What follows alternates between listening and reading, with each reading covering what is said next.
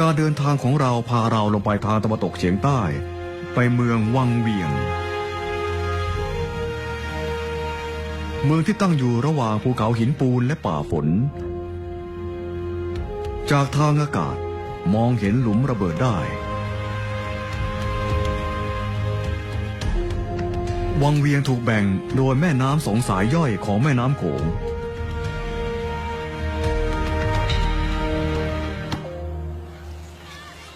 เราข้ามสะพานแขวนเก่าและมาถึงหมู่บ้านที่มีนาล้อมรอบอยู่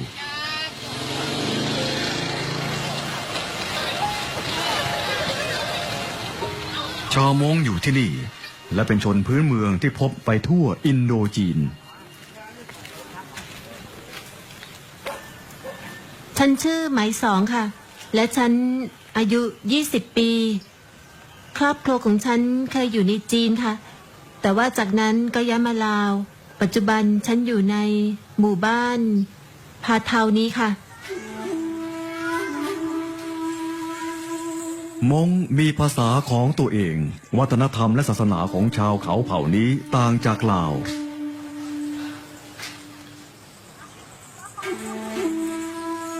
ฉันถอดเสื้อผ้าพวกนั้นของฉันเองแล้วก็เสื้อผ้าพวกนั้นก็มีความหมายเป็นพิเศษต่อพวกเราชาวมงชุดเสื้อผ้าหมายถึงการเป็นสมาชิกของชุมชนในหมู่บ้านและตำแหน่งและสถานภาพการสมรสของผู้สวมการตกแต่งด้วยเงินนั้นหมายถึงพลังชีวิตและความมั่งคั่งเมื่อฉันตายไปลูกสาวของฉันจะรักษาประเพณีมงให้อยู่สืบต่อไปและมันก็เป็นมรดกทางวัฒนธรรมของเราเธอจะให้เกียรติและเคารพพูดผีเพื่อที่จะรักษาชีวิตของพวกเขา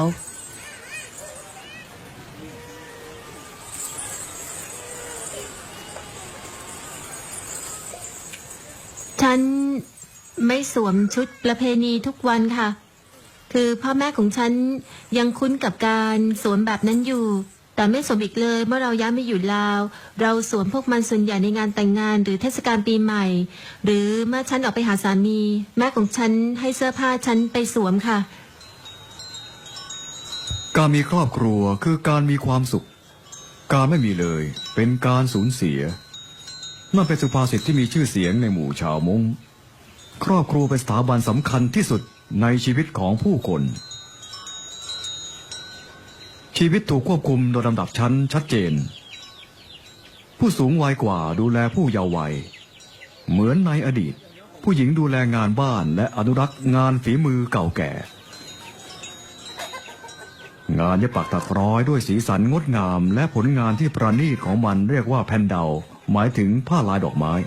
ชาวมงใช้รูปแบบของพวกนั้นมาตั้งแต่พ่อแม่ของฉันเกิดมาเลย